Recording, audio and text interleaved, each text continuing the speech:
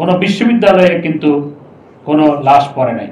তার মানে কি এই ধ্বংসযজ্ঞের সাথে ছাত্ররা যুক্ত ছিল না। যারা পিটিয়ে মানুষ হত্যা করে ঝুলিয়ে রেখেছে প্রত্যেকের বিচার হবে। যারা মেট্রো রোডে আগুন দিয়েছে, ভিডিও ফুটেজ আছে, প্রত্যেকের বিচার হবে। পুলিশ মৃত্যুবরণ আর অনেকেই মৃত্যুবরণ করেছে।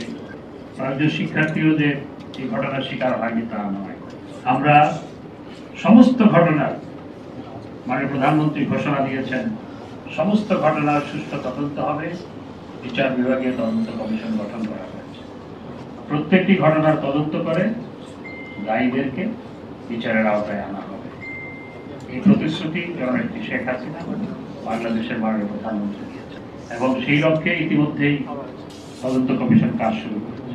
নরসিংদীতে জেলখানা ভেঙে জঙ্গিদেরকে, শাস্তিপ্রাপ্ত জঙ্গিদেরকে সেখান থেকে পালিয়ে যাওয়ার সুযোগ করে দেওয়া হয়েছে। এটা রাষ্ট্রের উপর হামলা।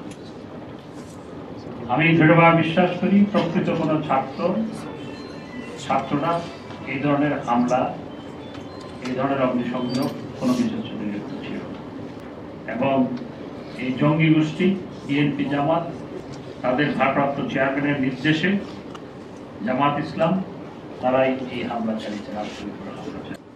আমাদের কাছে পুলিশ তদন্ত করছে। যারা পিটিয়ে মানুষ হত্যা করে ঝুলিয়ে রেখেছে প্রত্যেকের বিচার হবে।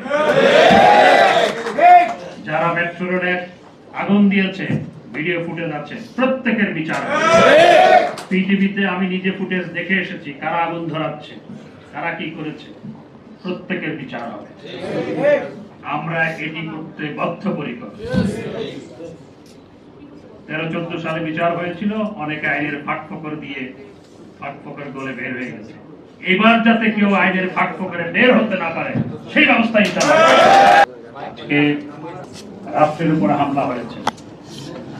ছাত্রছাত্রীদের অনুরোধ জানাব যে তোমাদের আন্দোলনের সুযোগ দিয়ে আজকে রাষ্ট্রীয় সম্পত্তি ধ্বংস করা হয়েছে এবং নিরীহ মানুষের উপর হামলা হয়েছে।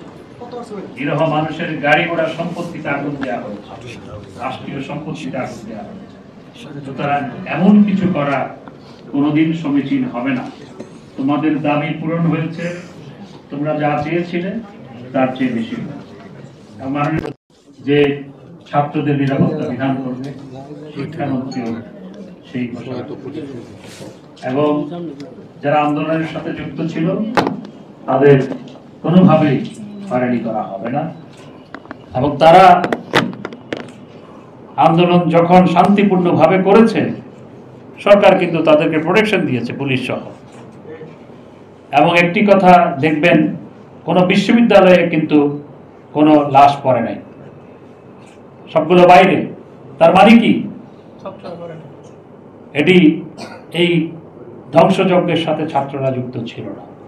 কিন্তু যারা এই আন্দোলনে নেতৃত্ব দিয়েছে তাদেরকে অনুরোধ জানাবো যেন বাইরে থেকে কেউ সুকৌশলে তোমাদের দিয়ে এমন কোনো কিছু না করায় যাতে রাষ্ট্রে বিশৃঙ্খলা তৈরি হয়। তখন কিন্তু জনগণ তোমাদেরকেই তখন দোষ দিবে।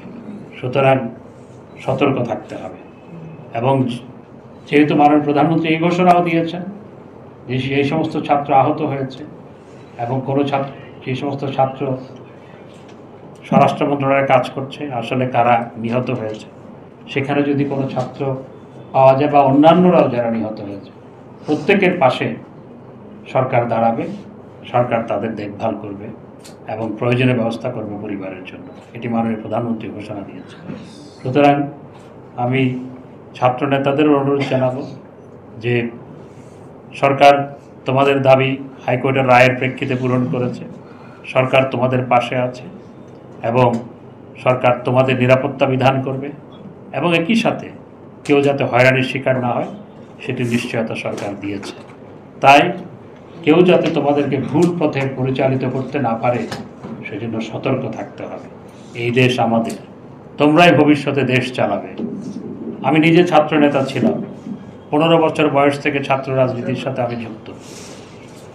সুতরাং আজকে মাননীয় প্রধানমন্ত্রী আমাকে দেশ পরিচালনার সাথে যুক্ত করেছেন। তোমরাও একদিন আমাদের এই পজিশনে আসবে। সুতরাং তোমাদেরকে চোখ কান খোলা রেখে সতর্কভাবে কেউ যাতে তোমাদের ভুল পথে পরিচালিত করতে না পারে সেদিকে সতর্ক দৃষ্টি রাখার আহ্বান।